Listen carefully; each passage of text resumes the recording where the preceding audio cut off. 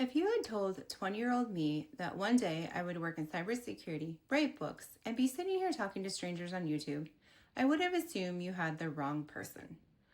Not because those things sounded impossible, but because none of them sounded like me.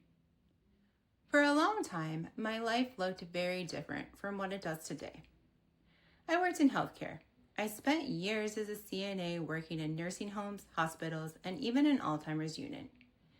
If you had asked me back then what my future looked like, I probably would have given you some version of that path.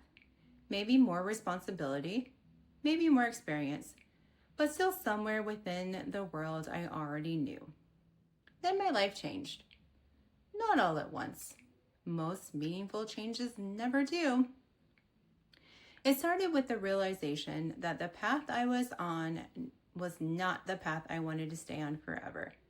I began thinking about going back to school. I started considering a career in technology.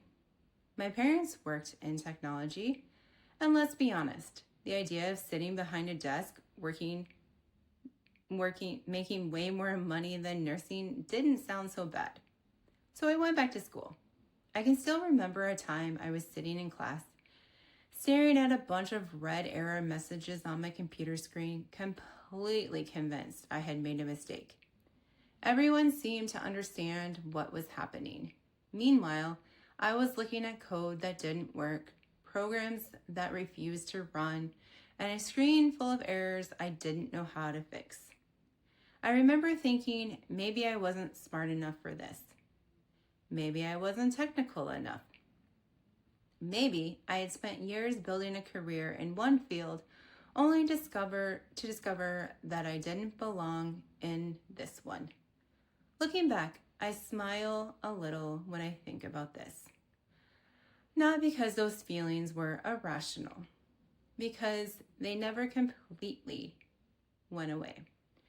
I've worked in technology for years. I lead cybersecurity teams. I've built a career I never imagined for myself. And every once in a while, a project, a conversation, or a technical problem still makes me wonder if I'm technical enough.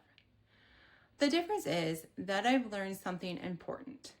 Those thoughts aren't proof that you don't belong. They're often proof that you're growing. When you're doing something new, there will always be moments when your confidence hasn't caught up to your capability yet. Looking back, I can see now that the hardest part was not learning something new. It was letting go of the version of myself I had spent years becoming. I think that's what people get wrong about starting over.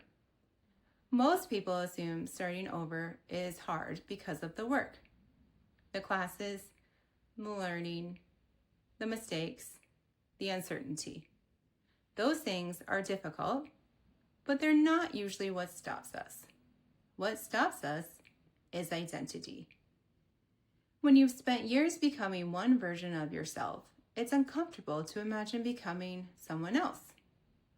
For a while, you exist in this strange place between who you were and who you're becoming.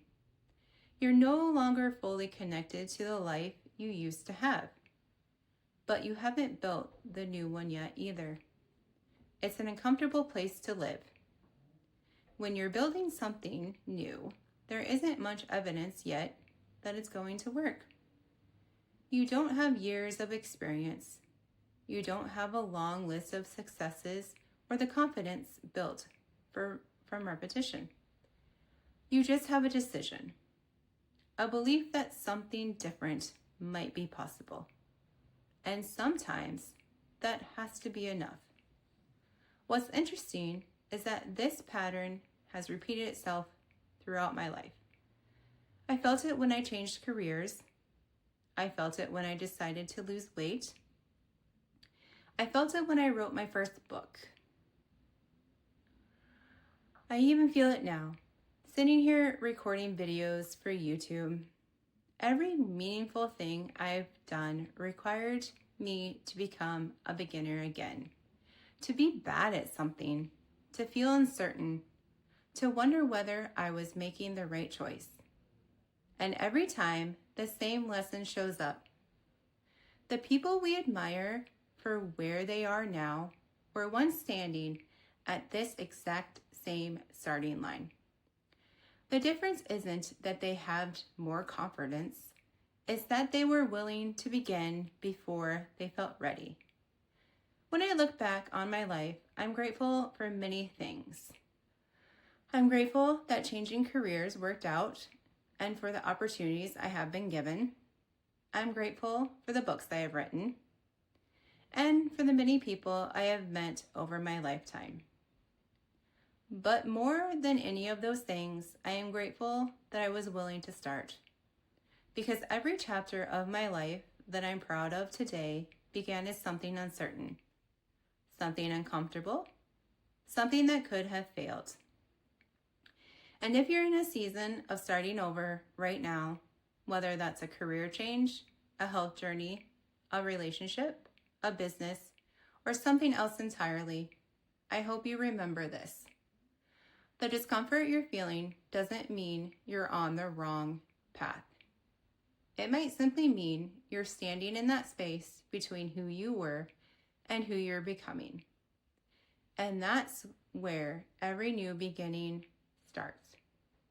If you're in a season of starting over, I'd love to hear what that looks like for you.